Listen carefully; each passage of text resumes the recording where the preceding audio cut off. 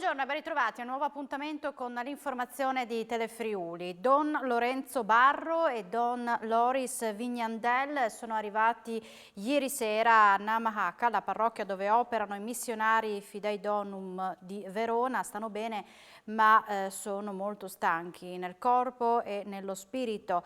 Lo ha reso noto il centro missionario Concordia Pordenone, che è in costante contatto con i due preti sfuggiti all'attentato in Mozambico in cui ieri è stata uccisa Suor Maria De Coppi, di 83 anni, che si trovava nel paese africano da 59 anni. Nelle prossime ore partiranno per raggiungere la sede della diocesi e incontrare il vescovo Don Alberto Viera, ha aggiunto il direttore del centro Alex Zappalà. Speriamo adesso di riabbracciarli presto. Colpo grosso alla concessionaria di veicoli commerciali Stefanelli di Pradamano, ignoti nel periodo compreso tra il 22 agosto e il 7 settembre hanno rubato dal parco mezzi 8 centraline di controllo per rallentatori idraulici. Il danno stimato è di 50.000 euro. Si tratterebbe di un furto su commissione. Denuncia è stata sporta dal responsabile della filiale di Via Nazionale ai carabinieri della compagnia di Palmanova. Deve rispondere del reato di bancarotta distrattiva, ma l'imputato è domiciliato a Leopoli, in Ucraina, paese in guerra, impossibilitato a raggiungere l'Italia. Il GIP del Tribunale di Udine, nonostante le richieste dell'avvocato difensore, lo considera assente, ingiustificato e non rinvia l'udienza.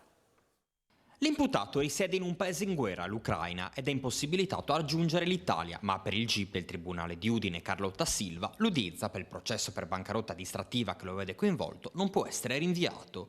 L'uomo domiciliato a Leopoli viene considerato assente ingiustificato nonostante le richieste dell'avvocato difensore. Leopoli è in Ucraina è una nazione in guerra dove vige tra l'altro da qualche mese la legge marziale, quindi non si può uscire di casa dopo le 18. E glielo dico perché ho sentito il mio cliente non più tardi di ieri.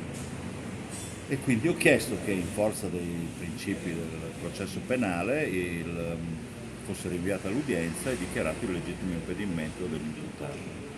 Il giudice ha detto che avrei dovuto dimostrare che l'imputato non è riuscito a prendere il treno per l'Italia e quindi ne ha dichiarato l'assenza illegittima, cioè non giustificata, e ha continuato il processo. Una grave violazione per l'avvocato Gerin. A questo punto il processo continua, l'udienza è stata rinviata al 29 di novembre per il deposito di documenti e vedremo come va a finire. Sta di fatto che c'è una grave violazione non tanto dei principi giuridici, secondo me, quanto dei più elementari diritti umani, cioè un soggetto se è colpevole va condannato ovviamente, però bisogna salvaguardare i suoi più elementari diritti come essere umano.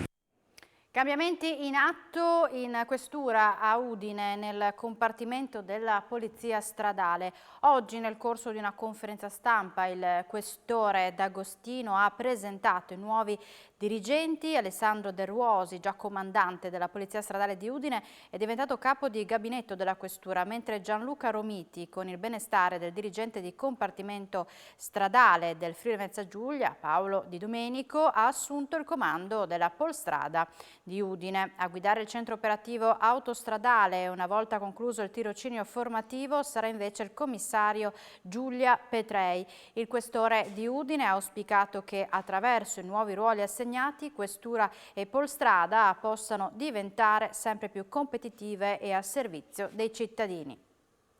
È stato presentato questa mattina al Gervasutta Udine lo sportello Fish, che mette a disposizione a tutti i cittadini i servizi proposti dalla struttura. Per i dettagli Isabella Gregorato. Presentato al Gervasutta di Udine lo sportello Fish, uno sportello dedicato alle persone con disabilità, un punto di riferimento importante, come ci spiega il vicegovernatore della regione Riccardo Riccardi. La sanità è un sottoinsieme della salute, quindi la sanità nei momenti complessi ha bisogno di risposte complesse che sicuramente si trovano all'interno di strutture ospedaliere. Ma ci sono dei percorsi che arrivano prima dell'ospedale e dopo l'ospedale e questo ha a che fare sicuramente con una risposta dei nostri professionisti. Siamo in una struttura riabilitativa di eccellenza che tutti conosciamo, Ma i nostri professionisti anche nei percorsi riabilitativi non è che possano occuparsi 24 ore al giorno di una singola persona, quella singola persona ha una vita e quindi è importante che ci sia un'alleanza nella società che oggi trova nel sistema del terzo settore del volontariato un alleato molto importante. Noi consentiamo con questa operazione al sistema del volontariato di avere regole, di conoscere regole e di sapere come risolvere queste cose alleggerendo una serie di adempimenti necessari e potendo concentrare lo sviluppo del volontariato a sostegno di questi percorsi di salute. Lo abbiamo fatto in maniera capillare, la tecnologia è importante ma il rapporto delle persone è altrettanto importante, quindi bisogna trovare un giusto equilibrio. Oggi aprire questo sportello per rispondere a queste esigenze del nostro sistema del volontariato del terzo settore all'interno del Cervasuta assume un valore anche ancora più simbolico. E veniamo ai dati di oggi della pandemia. I nuovi casi sono 444, sono stati rilevati con 3.725 tra tamponi molecolari e test antigenici. I ricoveri in terapia intensiva sono 4, mentre le persone ricoverate in altri reparti 126. Si registra un decesso a Gorizia. Al via questo pomeriggio alla 28ª edizione di Friuli Doc, la festa che celebra Udine e il suo territorio. Il nuovo messaggio che quest'anno accompagna il tradizionale logo della manifestazione è Udine ti invita a festeggiare il gusto di stare insieme. Sarà la cerimonia inaugurale in Piazza Libertà a partire dalle 17:30 a dare inizio ufficiale a Friuli Doc. Telefriuli sarà in diretta dalle 17:15, una cerimonia con numerose presenze istituzionali, non solo locali e regionali, ma provenienti anche dalla vicina Austria. Per il Comune di Udine interverranno il vice sindaco Loris Michelini, l'assessore alle attività produttive, turismo e grandi eventi Maurizio Franz.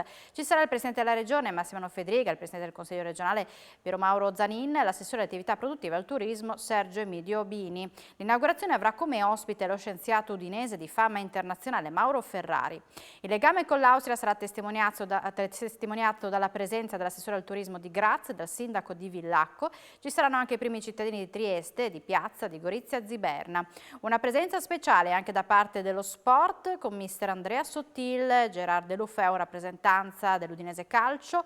Condurrà la cerimonia la giornalista Monica Bertarelli. Promoturismo intanto ha preparato una ventina di appuntamenti dedicati al buon cibo, al buon vino, tra show cooking, presentazioni di libri, incontri con autori e chef. Sono 2 i luoghi del gusto: Piazza San Giacomo con un mercato, quello dedicato ai prodotti a marchio Io Sono Friuli Venezia Giulia, e Corte Morpurgo per parlare di enogastronomia e assaggiare le specialità del territorio nell'enoteca regionale.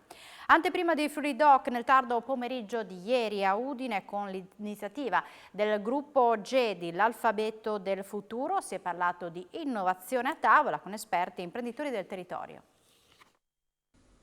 Tradizione e innovazione si incontrano e si sfidano a tavola con il cibo e le sue eccellenze che sono anche sinonimo di sostenibilità. Esperti ed imprenditori si sono confrontati a Udine a Palazzo Molpurgo nell'ambito della tappa friulana dell'Alfabeto del Futuro, iniziativa del gruppo GEDI. È stata una vetrina per far portare le aziende a parlare delle innovazioni, quali sono i processi produttivi. Abbiamo invitato il Consorzio di San Daniele che ci ha spiegato quali sono le novità che stanno introducendo per quanto riguarda in modo particolare la salatura, per esempio dei prosciutti. C'era il direttore del Consorzio del Formaggio Montasio, il direttore della Coldiretti per quanto riguarda le nuove coltivazioni e comunque uno sguardo al futuro proprio legato alle coltivazioni e al cambiamento climatico. Con loro abbiamo parlato di questi argomenti supportati anche dal direttore del Dipartimento di Scienze Agroalimentari dell'Università, che proprio sta attivando molto la ricerca. Ecco, direi che è emerso qual è l'impegno in generale nella nostra provincia e in Friuli più in generale riferito appunto a questi argomenti. Nell'occasione è stato anche presentato l'esito del sondaggio proposto ai lettori sul prodotto più rappresentativo del territorio. Abbiamo chiesto quale, secondo appunto i nostri lettori, è il prodotto che meglio rappresenta il Friuli. Abbiamo chiesto se è il prosciutto di San Daniele oppure il formaggio Montasio, la Blave di Morteano e i vini del Coglio. Ha vinto il prosciutto di San Daniele. La quinta edizione del Festival del Coraggio in programma a Cervignano dal 5 al 9 ottobre rifletterà sulla fragilità dell'oggi attraverso diverse iniziative e incontri. La fragilità dell'oggi è il tema della quinta edizione del Festival del Coraggio che si svolgerà a Cervignano dal 5 al 9 ottobre. L'iniziativa è ricca di incontri, presentazioni di libri, spettacoli teatrali, concerti e mostre con ospiti noti a livello nazionale. Quest'anno il festival è stato arricchito da 6 anteprime con anticipazioni sulle tematiche che saranno affrontate. In sostanza il Festival del Coraggio vuole mettere le mani dentro i problemi del mondo, i luoghi difficili del pianeta e ha l'ambizione di ripensare al territorio collegato con l'Europa. Non è un caso che la manifestazione sia sostenuta sia dall'ente pubblico che dal privato. Ma devo dire che zitti zitti si è arrivati alla quinta edizione con un percorso di crescita molto ragionato e con la grande capacità di questo evento di non esaurirsi nei 5 giorni della manifestazione, ma di riuscire ad avere collegamenti con i territori e sempre con nuovi partner sempre più distribuiti su tutto il nostro territorio. E a proposito del Festival del Coraggio, a Cervignano è andata in scena un'anteprima dell'iniziativa. Il Teatro Pasolini di Cervignano ha fatto da scenario all'ultima anteprima della quinta edizione del Festival del Coraggio, rassegna in programma dal 5 al 9 ottobre, sempre a Cervignano, a cura del CSS Teatro Stabile di Innovazione del Friuli Venezia Giulia. Coraggio, titolo del festival, è una pratica di teatro partecipato, ideato e diretto da Rita Maffei del CSS, attrice e regista impegnata da anni e con continuità a coinvolgere qualunque cittadino possa prendere parte agli spettacoli come esperto di vita quotidiana. 11 quelli che hanno aderito all'appuntamento conclusivo delle 6 anteprime estive di teatro partecipato cervignanese. Lucia Beorchi, Agnese Kosulic, Daniela Fiorin, Alessandro Gratton, Eleonora Gregorat, Paola Iuri, Gianmauro Sica, Elisa Soardo, Margherita Valentinuz, Eleonora Zaia ed Agnese Zagnirato, saliti sul palco a testimoniare ciascuno la messa in scena della propria esperienza di vita, il proprio pensiero e le proprie emozioni alternate alla musica del trio Matteo Scobino alla chitarra e voce, la stessa Rita Maffei alla voce e Luigina Tosini alle percussioni, curatrice anche delle scene e video. Come accennato, Festival del Coraggio riaprirà i battenti sempre a Cervignano il 5 ottobre con un'edizione targata Bottega Errante, attenzionata sul periodo di spaesamento e perdita dei punti di riferimento che stiamo vivendo e che hanno innescato nuove paure e fragilità. Siamo in chiusura, subito dopo la pubblicità, appuntamento con A Voi la Linea. Grazie per l'attenzione e buona giornata.